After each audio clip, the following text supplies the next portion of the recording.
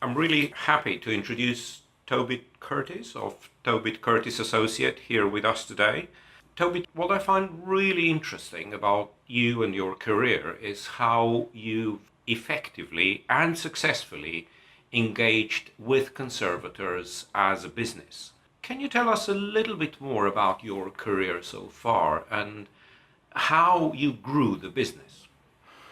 Well, I suppose like a lot of people in this field, I started in what you might regard as classic conservation training. I trained in the conservation of wall paintings at the Courtauld, and it is a course that concentrates very much on the overview, understanding what's behind failures, what's behind the materials and the approaches one takes to conservation interventions. But it also focuses very strongly on understanding underlying causes of deterioration. And wall paintings are bits of buildings. They're often among the most sensitive bits of buildings, but they are part of the building. And so when they are deteriorating, it is generally, not always, but it is generally related to the building, related to the microclimate, how the building is used, obviously to the chemistry of the paintings and how they're treated, but it's a much bigger canvas than many of the objects, many of the movable objects we work with.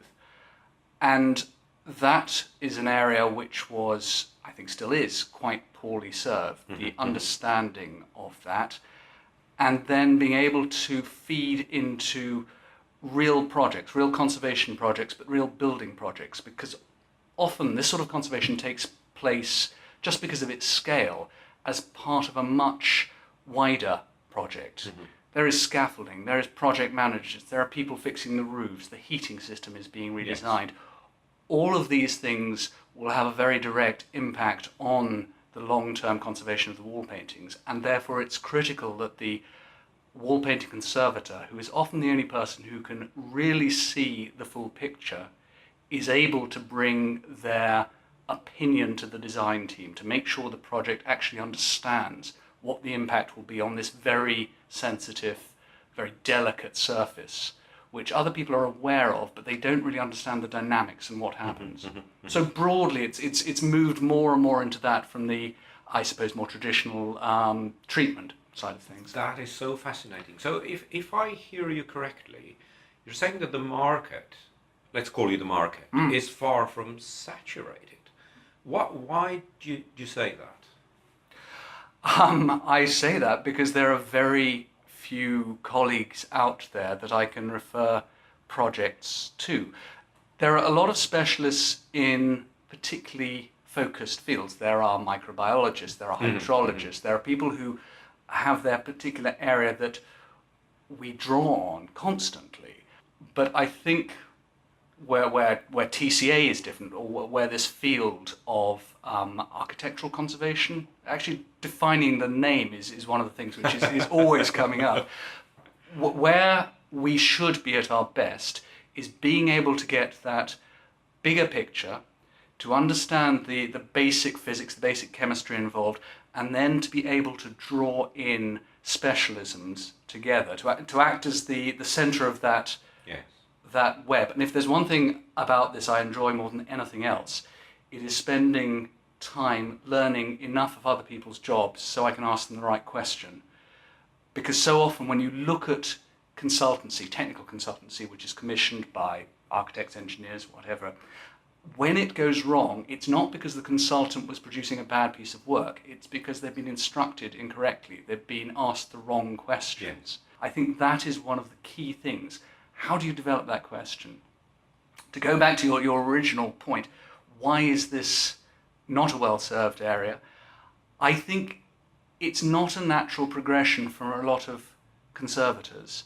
It means moving outside an area that you're comfortable with, your particular material or your particular area of science, engaging with a really big and difficult field, which is the building industry, which isn't the most comfortable place to work in the world, and trying to apply your high-end conservation to something which often doesn't want you to be there.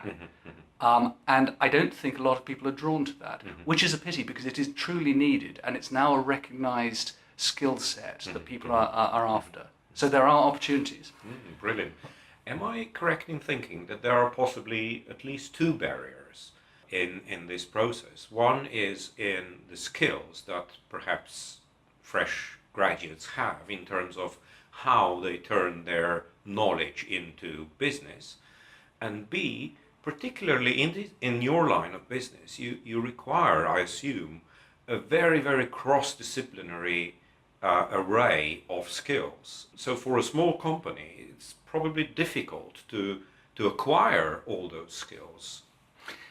You're absolutely right. And I mean, we haven't really touched on the boring business element of it, but just in terms of the skills that you need to bring to a particular problem, project, whatever it happens to be, you could never afford to have the full set of skills available in the office. If you did, you would spend your whole life, you as senior partner would spend your entire life chasing projects simply to keep employing people, which is absolutely not why I got into this area. So what you need are clever people who are can-do, who have curious minds. They have their own particular area of specialism, but they are very good at spotting where the holes in our skills are and drawing in the right people. So we end up working with hydrologists, microbiologists, engineers, and we need to know sufficient of their field to ask them the right question, and then it tends to be us who then pulls that together into a single report, which has a practical outcome, and you can go to the architect or project manager and say, right, in order to do this, you need the heating system to do X, Y, and Z. Visitor flow has got to go that way so you don't leak too much air. But you're drawing on a lot of other people's skills. You couldn't have them in-house. Yes, yes. In the last decade, how has your practice changed, or how has the market developed? That's an interesting question. I suppose there are two things. First of all, when I started doing this 20-something years ago, there wasn't a market. I mean, this wasn't a thing recognised terribly well. So you were pushing your way into projects saying, look, this is something you really have to take seriously. Now there is an awareness. You know, people ask us to do things rather than us going to the people saying, you really need this. And I think this is partly because the building conservation world, the architects, the engineers recognise that there are answers to these questions which have been bugging them forever. Partly because their training is changing. The architects are trained, our conservation architects are trained more in the technical conservation discipline, so they know that there are things out there which they don't know and they need to get support on. And it's also, and this is not blowing my own trumpet, but I think it's a very good point, as conservators we are very good at telling people what they shouldn't do. You can't do that, you can't heat this like that. And we are not, I think, terribly good at saying, I can see there is a practical problem here, how are we going to get around it? And working with the design team to try to take them through. It might not be perfect, but is it good enough? Will it protect our artifact? And if it will, suddenly people want to listen to you, because most people in this field want to do the right thing. But they also have a budget and a project and a client and a funding body, and they've got statutory permission, and it is going to happen whether you like it or not. So you need to try and guide it in a very positive way. And I think we need, as a conservation field, to develop the way we think about this. And turn challenges into opportunities. Exactly, and sometimes it doesn't work, and sometimes there are things which you see happening and you have to put your professional neck on the line and say, this is wrong, this will not work. You know, my advice is absolutely clear here. You own the building, you can go against this, but I have tried my best to find a practical way around it. That's incredibly rare. If you're working with a good design team and it's collaborative, you shouldn't even get close to that point. Yes. You should be able to head it off way before. But if it happens, it happens. Fantastic. Tobit at the Institute for Sustainable Heritage, we're particularly pleased to be working with you on one of the CDT Science and Engineering in Arts, Heritage and Archaeology projects with you and the National Trust. So this tells me that you're interested in what's ongoing in research as well. How do you keep track of what's happening in science, and how do you apply that in your practice? Again, a very difficult one. Staying on top of the developments is extremely difficult when you're outside the academic environment. I mean, not only is there the time issue, actually finding time to read the various journals and papers, there's also the issue of which ones to read. If you're not spending time with people who are working in that higher research end the whole time, you're not in the coffee shop with them, and you're not hearing what's going on. So we do make an effort to try and stay in touch with things, read as much as possible. I employ some very smart people who are quite a few years younger than me and are more recently out of graduate school and are more on top of things. So we try very hard. But to pick up the National Trust side of things, I'm always... we do this as a business. I've got to pay everyone's salaries. I've got to pay the mortgage on the office. But I do this because I am fascinated by it, and I'm fascinated by the way conservation and conservation science is developing. And I'm constantly coming up against things where I think we should be able to solve this. We should be able to do it better. And when we can collaborate with organizations such as yours, we have the problems. We have the case studies where we can say, look, if you can do this, this, and this, you will understand something better. And so I spend probably more time than I should on those sort of things, trying to work with people, trying to solve new problems. It makes it interesting. Fantastic, fantastic. Tobit, it's been such a pleasure talking to you, but I wondered whether at the end of our short chat there's any piece of final advice you might have for our graduates. I'm very happy to say that I see more and more graduates who see an independent career as their chosen career path. Would you have a piece of advice for them?